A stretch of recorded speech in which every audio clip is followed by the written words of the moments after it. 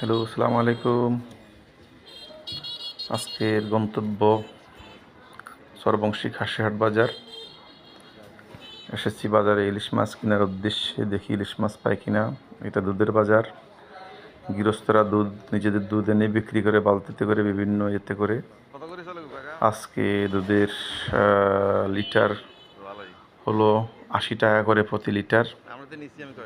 আরও সকালে আরও অনেক দুধ থাকে। এখন তো আমি 8:30টার দিকে আসছি, এই জন্য দুধ অনেক কমে গেছে। এখানে বোট থেকে দুধ বিক্রি হয়। এখন জিজ্ঞেস করলাম, 2-3 জন আছে, ওদেরকে 80 টাকা কেজিতে লিটারে বিক্রি হচ্ছে। আমি যাচ্ছি একটু যাবো এখন মাছ বাজারের দিকে, যেহেতু আমার উদ্দেশ্য দুধ কিনা নয়। আমার উদ্দেশ্য হলো যে যদি ইলিশ মাছ পাই তাহলে আমি ইলিশ মাছ কিনবো।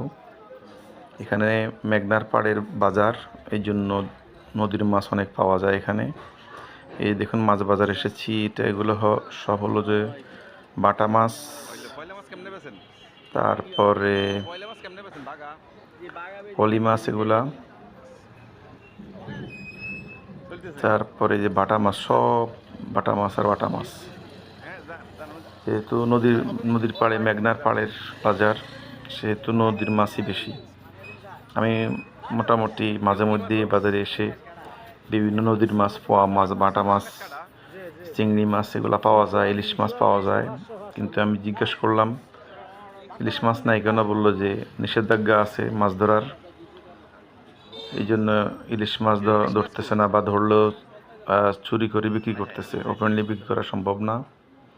এই যে কোথাও ইলিশ মাছ নাই, সবগুলো অন্যান্য মাছ, পোয়া মাছ, বাটা মাছ, ট্যাংরা মাছ, এইগুলা। ইলিশ মাছ পাইলাম না, এই জন্য আর মাছ কিনা হলো না, যেহেতু আমার প্রয়োজন ছিল ইলিশ মাছ কেনার। এই যেগুলো পোয়া মাছ, মোটামুটি দাম আজকে দেখলাম যে বাটা মাছের দাম কম। আমার প্রয়োজন থাকলে কিনতাম। আজকে মাছ মোটামুটি সস্তাই ছিল বলা যায়।